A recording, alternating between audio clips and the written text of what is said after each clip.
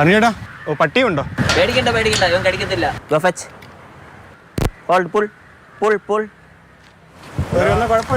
ഒരു കുഴപ്പമില്ല, ധൈര്യമായിട്ട് വരാം. നമ്മൾ പേടിക്കും, കടിക്കത്തൊന്നുമില്ല. പേടിക്കുമ്പോഴാണ് നമുക്ക് പ്രശ്നം. ചേട്ടൻ ഈ പറയുന്ന പോലെ നായ്ക്കളെ ഭയപ്പെടേണ്ടതില്ല. ഒരിക്കലും നമ്മളൊരു ഡോഗിനെ ഭയത്തോടെ നോക്കേണ്ടതായിട്ടില്ല. തെരുവ് നായ ആക്രമണം ഉണ്ടല്ലോ, 10-40 പേർക്കൊക്കെ കടി കിട്ടുന്ന ഒരു സാഹചര്യം കഴിഞ്ഞ തവണ ഉണ്ടായിരുന്നു തിരുവനന്തപുരം നഗരത്തിൽ. അപ്പോൾ അത് എന്തുകൊണ്ട് അങ്ങനെ ഉണ്ടാവുന്നു? നമ്മുടെ ഒരു ബോഡി ലാംഗ്വേജ് ഇതിലൊരു പ്രധാനപ്പെട്ട ഒരു കാര്യമാണ്. നമ്മളിപ്പം ഭയത്തോടെ നിൽക്കുന്നു, അല്ലെങ്കിൽ പേടിച്ച് അറച്ച് നിൽക്കുന്നു, ഒരു കൺഫ്യൂഷനായിട്ട് നിൽക്കുന്നു. ഇതൊക്കെ നിൽക്കുമ്പോൾ ഡോഗിനും ഒരു കൺഫ്യൂഷൻ ഉണ്ടാകും. അവിടെ നിന്ന് നമ്മളാണ് ആദ്യം നമ്മുടെ മനസ്സൊന്ന് പതറുന്നതെന്ന് കണ്ടു കഴിഞ്ഞാൽ ഡോഗ് ഒന്ന് ചെറിയ രീതിയിൽ കുരയ്ക്കാം. ആ കുരയിൽ ചിലപ്പോൾ നമ്മൾ പേടിച്ച് ഓടാം.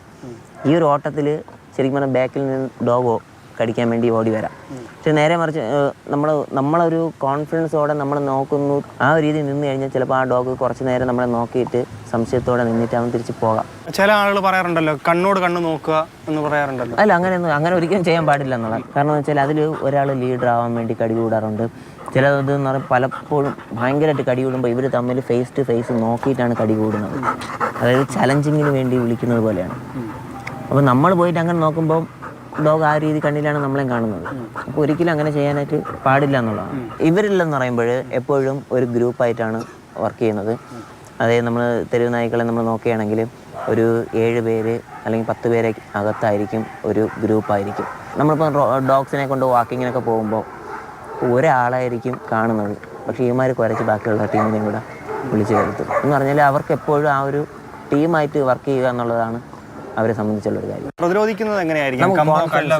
ഇതിൽ ഏറ്റവും മെയിൻ എന്ന് പറയുന്നത് നമുക്കുള്ള ആ ഒരു മനോധൈര്യമാണ് ഇതിൽ ഏറ്റവും പ്രധാനം. പല ഡോഗ്സുകളിലും പല സ്വഭാവങ്ങളാണ്. ചില ഡോഗ് എന്ന് പറഞ്ഞാൽ കല്ല് എറിയുന്നത് കൊണ്ടായിരിക്കും കടിക്കാൻ പറഞ്ഞത്. എന്നാൽ ചില ഡോഗ്സ് എന്ന് പറയുമ്പോൾ അതിൻ്റെ ദേഹത്ത് എറി കൊണ്ടു, പക്ഷെ അത് തിരിച്ച് കടിക്കാൻ വേണ്ടി റിയാക്ട് ചെയ്ത സമയത്ത് ഈ എറിഞ്ഞ ആൾ ഓടിക്കാണണം. അപ്പോൾ ഡോഗിൻ്റെ മനസ്സിൽ ഒരു കാര്യം രജിസ്റ്റർ ആവും. എന്ന് പറഞ്ഞാൽ എന്നെ ആരെങ്കിലും ഉപദ്രവിക്കാൻ വന്നാൽ ഞാൻ തിരിച്ച് റിയാക്ട് ചെയ്ത് കഴിഞ്ഞാൽ അവരെല്ലാം ഓടുന്നുണ്ട്. അപ്പോൾ നമ്മൾ കല്ലെടുത്ത് എറിയും തോറും ചില ഡോഗ്സ് കടിക്കാൻ വരാം. അത് അവൻ്റെ മൈൻഡിൽ എന്ത് ചെയ്യും, രജിസ്റ്റർ ആകും. എന്നാൽ ചില ഡോഗ്സ് എന്ന് പറഞ്ഞാൽ കുട്ടിക്കാലം തൊട്ടേ കല്ലെറി കൊണ്ടു ഓടിക്കഴിഞ്ഞാൽ ഞാൻ സേഫ് ആണെന്നാണ് അവർ ചിന്തിച്ചിട്ടുള്ളത്. അങ്ങനെ ഡോഗ്സിനെ നമ്മൾ കല്ലെറിഞ്ഞാൽ അവർ ഓടിക്കളയും.